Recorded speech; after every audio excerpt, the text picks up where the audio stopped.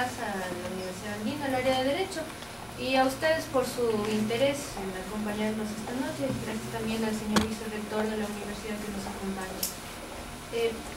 A mí se me ha pedido hablar de un aspecto que es un poco más doctrinario, que es el derecho a la tutela judicial efectiva. En realidad los expertos están aquí y ellos les van a hablar desde lo que es la experiencia de campo. Yo en cuanto esa experiencia está aquí presente en la mesa, me relevo de referirme puntualmente a casos concretos, porque en realidad los compañeros del CEDA conocen mucho más que yo sobre esos temas.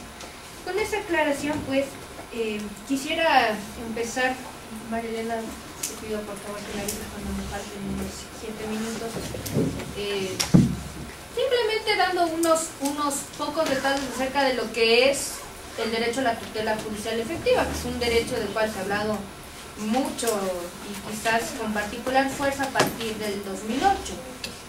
Este es un derecho de carácter complejo, que comprende varias vertientes o tiene varios componentes. Lo interesante con la Constitución del 2008 es que se le pone en un nivel mucho más notable, digamos, respecto de la anterior Constitución. Porque acuérdense ustedes, antes el derecho a la tutela judicial efectiva estaba como un componente del debido proceso, y así es como que pasaba un poquito desapercibido. Hoy no, hoy lo tenemos en un artículo específico que es el 75 de la Constitución, y eso ya nos habla de que este derecho tiene una relevancia muy particular, muy especial. El constituyente ha querido que en efecto este sea un derecho fundamental con su propia importancia. Y es parte de lo que conocemos como derechos de protección. Ahora, definir qué es el derecho a la tutela judicial efectiva en una norma no es conveniente, porque este es un derecho complejo y por tanto son los tribunales los que tienen que ir definiendo en sus sentencias cuáles son en efecto esos componentes. Yo particularmente me voy a referir a uno de esos, que es el acceso a la administración de justicia, pues que es obviamente el tema que hoy nos interesa. Pero a modo de información, pues diré que hay 4 componentes en ese derecho de tutela judicial efectiva. El primero de esos, como ya digo, es el derecho de acceso a la jurisdicción, es decir, que las personas podamos libremente acudir ante los tribunales para obtener de esos tribunales una respuesta fundada en derecho. Esto es muy importante, ¿por qué razón? Porque independientemente de que mi pretensión esté o no esté fundada, a mí nadie me puede quitar el derecho de acudir ante el tribunal. El tribunal finalmente, razonadamente, me tendrá que decir si es que mi pretensión debe o no debe ser declarada con lugar, pero nadie me puede a priori negar ese derecho. Si ya se me franquea esa entrada al proceso, vamos a un segundo componente. Yo no busco que sea cualquier proceso en el cual se sustancie mi pretensión, sino que este proceso tendrá que sustanciarse al amparo de ciertas reglas mínimas. Esas reglas son las que conocemos como debido proceso.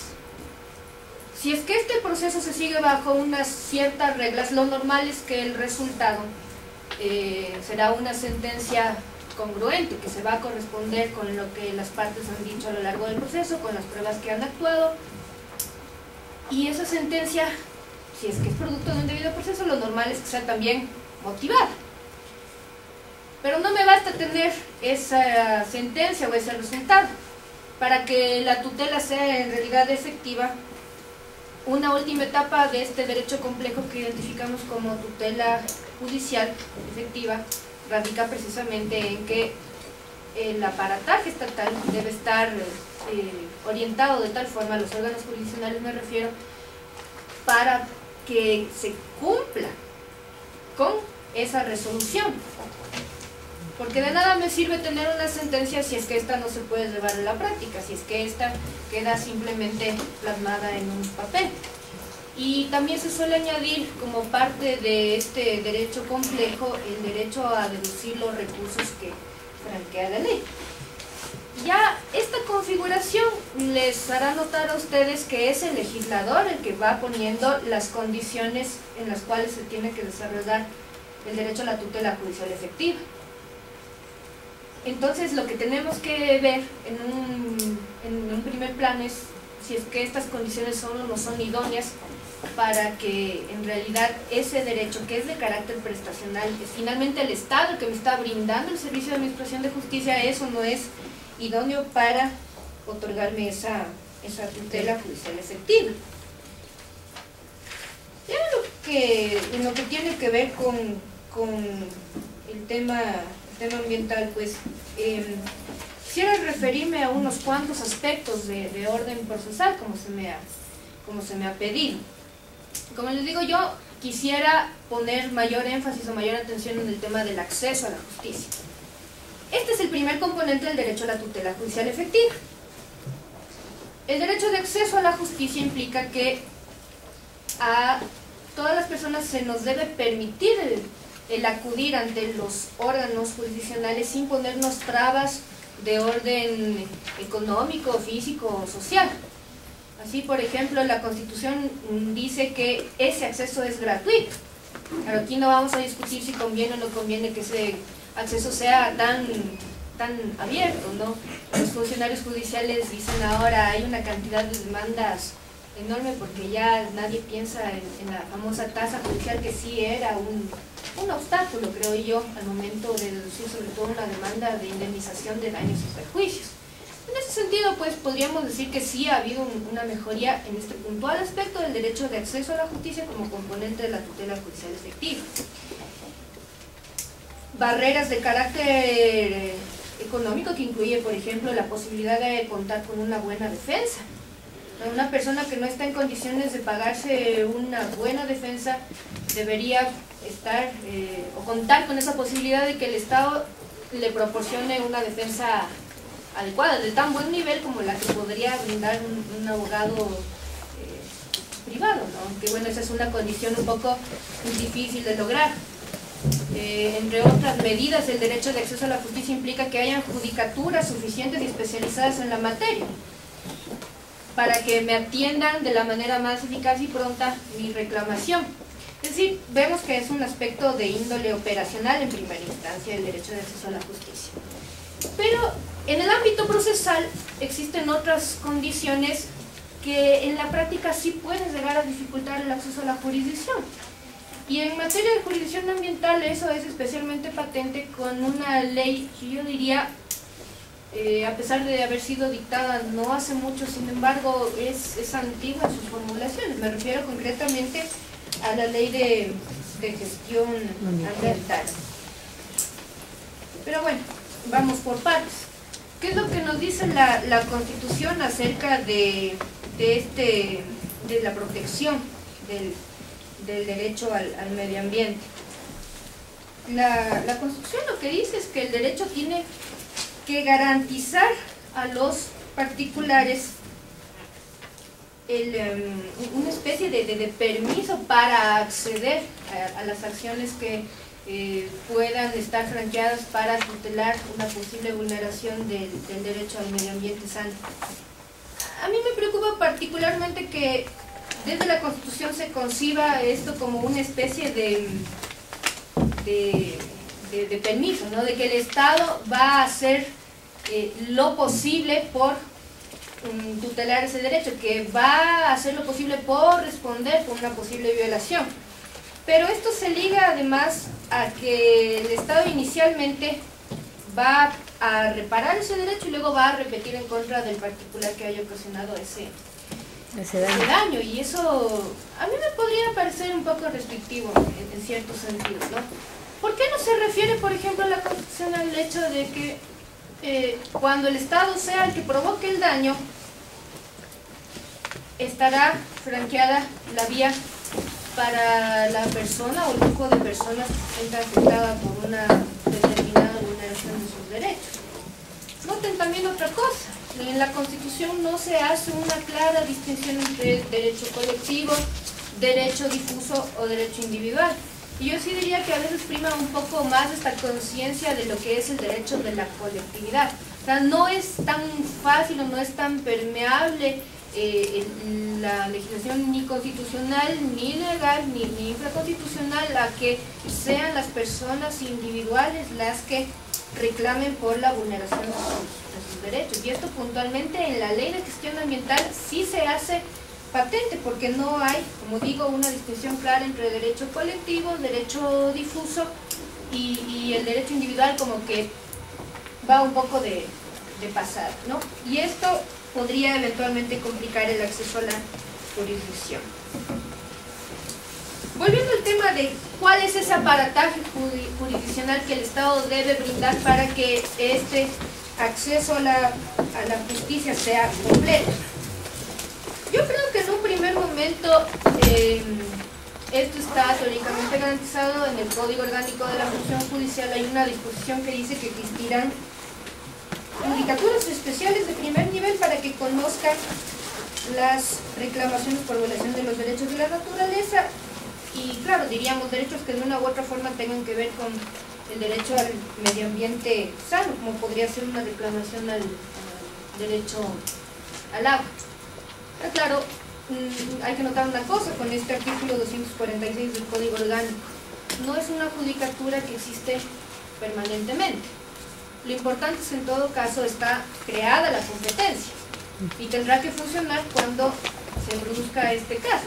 Ahora, yo sí creo que hay circunscripciones especiales en las que debe haber un juzgado que funcione, digamos, de manera permanente, ¿no? Se me ocurre, por ejemplo, en la Amazonía, en zonas en donde hayan actividades de explotación petrolera, o en Galápagos, creo que son los casos más evidentes en donde sí debería funcionar permanentemente esta judicatura. Sería bueno preguntarle al Consejo de la Judicatura si es que ha pensado en implementar, ya no de forma transitoria, sino de manera permanente, esta judicatura a la que se refiere el artículo 246, que se refiere al tema del principio de legalidad, ¿no? Está creada la competencia, pero esa judicatura solamente funciona cuando el Consejo de la Judicatura vea que es necesario para atender un puntual caso de infracción a un derecho al medio ambiente sano.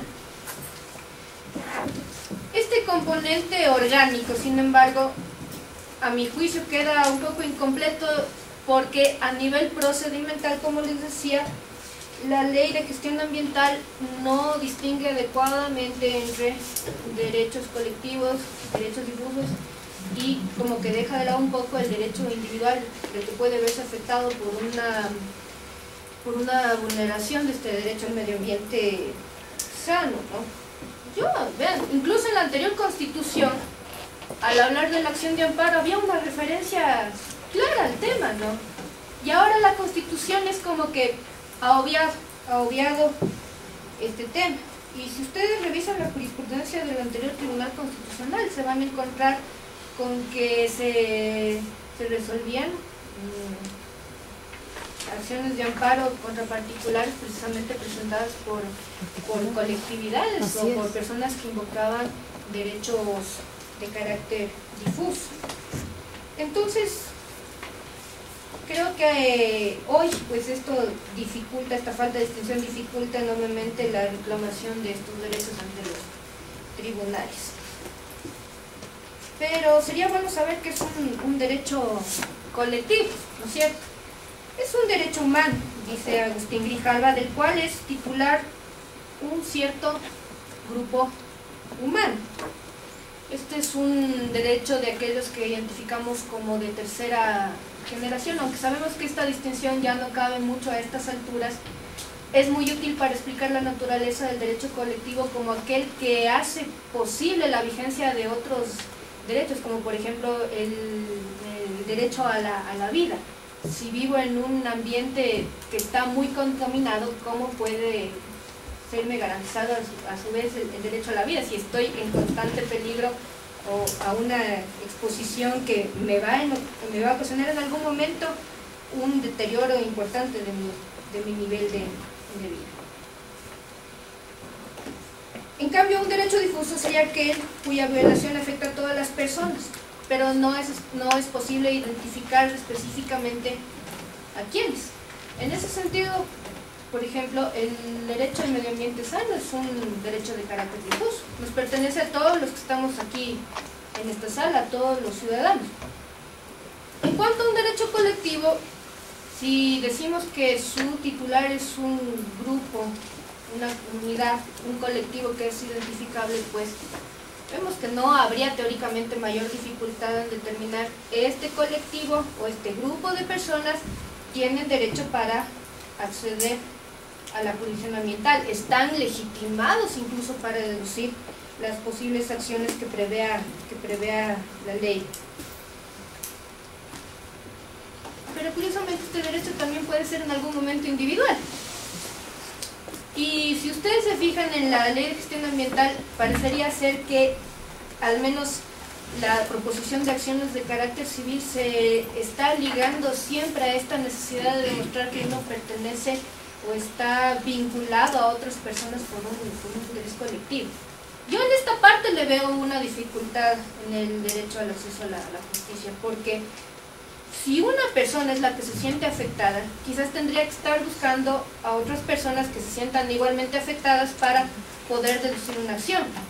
Teóricamente no es imposible que una persona vaya y acude y pida la protección del órgano jurisdiccional, pero yo también creería que tiene más sentido que se una con otras personas, porque finalmente un tribunal no se va a ver muy tentado de rechazar una demanda que ya le propone un grupo o un colectivo de personas, aparte, a diferencia de lo que sucedería en cambio con una persona que va a su solo título. 5 minutos. Uy, te dije 7 ya. Además, hay otra cuestión que me parece que es necesario resaltar en la ley de gestión ambiental. ¿A qué se refiere el artículo 42 cuando dice que toda persona natural, jurídica o grupo humano podrá ser oída en procesos que se inician por infracciones de carácter ambiental, aunque no hayan sido vulnerados sus propios derechos? ¿Estará haciendo esta norma aquí referencia a un derecho difuso? Bueno, podría ser la respuesta inicialmente positiva, ¿no? Pero creo que aquí faltaría hablar de una palabrita que se llama legitimación. Una persona que demuestre un interés de una u otra forma, no necesariamente vinculada a otras personas, podría eventualmente terminar actuando, siendo parte, adquiriendo esa calidad de parte dentro de un proceso ambiental. Luego, en cuanto a las acciones de carácter civil, como digo, a mí me parece reprochable esta necesidad de que una persona tenga que actuar conjuntamente con otras, pero vinculada con un interés común. Creo que a veces eso puede ser muy palpable, pero en otras ocasiones no, y demostrarlo puede dificultar en algún momento el acceso a la jurisdicción. Yo sí creo que es reprochable este tema. Y sí me llama la atención también de que el accionante, o sea, el denunciante, hablamos aquí puntualmente del artículo 42 de la ley, del 43, perdón, de la ley de gestión ambiental, diga que el denunciante se lleva un 10% del valor que representa la indemnización. Bueno, y si el denunciante no es necesariamente el afectado, sí creo que hay que evitar esto, porque eso propicia una lotería judicial. Es peligroso, ¿no? Debe pues ponerse más énfasis en la protección del derecho individual, aunque en la mayoría de casos, por la naturaleza de los daños, lo más común es que estas sanciones las propongan colectivos de personas. Eso en cuanto a este aspecto del acceso a la jurisdicción ambiental. Menos dificultades, en cambio, paradójicamente están dadas en cuanto a quién recibe la indemnización. Bueno, aparte de este particular aspecto que yo les digo es mi opinión personal, no me parece adecuado porque fomenta una verdadera lotería judicial. Sí me parece en cambio adecuado que la ley diga que los destinatarios de la indemnización no son necesariamente los perjudicados, ¿no? Sino que estas indemnizaciones se tienen que entregar a una entidad que puede ejecutar las obras de reparación, ¿no? Eso está bien, es lógico. Un antecedente de eso además bien encontramos en el caso Delfina Torres contra Petroecuador, donde el tribunal no le entregó los 11 millones de dólares de indemnización a la comunidad, porque eso hubiera generado una conflictividad enorme, sino que dijo, esto debe constar en el presupuesto de Petroecuador para que año a año vayan haciendo las reparaciones en el bar. Perdona, María Elena, no sé si estoy dentro de tiempo, quisiera referirme al trámite que está previsto en la Ley de Gestión Ambiental. Nos dice que esto se debe sustanciar en un juicio verbal sumario. Pregunta, ¿esto es adecuado para garantizar el acceso a la justicia? Yo creo que no. No por mucho acelerar los trámites, no por mucho acelerar las causas se va a obtener una justicia de mejor calidad. Quizás aquí, y contra la tendencia imperante a unificar todos los procesos, yo sí les diría, mi opinión es que exista un proceso especial para tramitar estas causas. Competencia. El presidente de la Corte Provincial no me parece adecuado. Si ya el Código Orgánico está hablando de una judicatura especializada, bueno, definámonos de una vez por todas que sea esa judicatura, ¿no? Porque también podría suceder que si el demandado es el Estado, por el artículo 38 de la Ley de Modernización va a surgir ahí un problema de competencia. Puede ser la judicatura especial, puede ser el contencioso administrativo o puede ser el presidente de la Corte Provincial, ¿no? Aquí el derecho a la tutela judicial efectiva nos salva porque en un aspecto estrictamente procesal nos dice el 23 del Código Orgánico de la Función Judicial que si hay dos o más tribunales que podrían ser igualmente competentes para conocer una causa, el primero que prevenga del conocimiento de ella es el que debe asumir la competencia y dictar la resolución sobre el fondo del asunto. Bien, yo simplemente he querido expresar algunas preocupaciones sobre la materia. Como dije, los colegas de la mesa pues ya les hablarán de aspectos mucho más reales, y espero que esta información que yo les he dado preliminar les haya sido de utilidad. Muchas gracias. Bueno.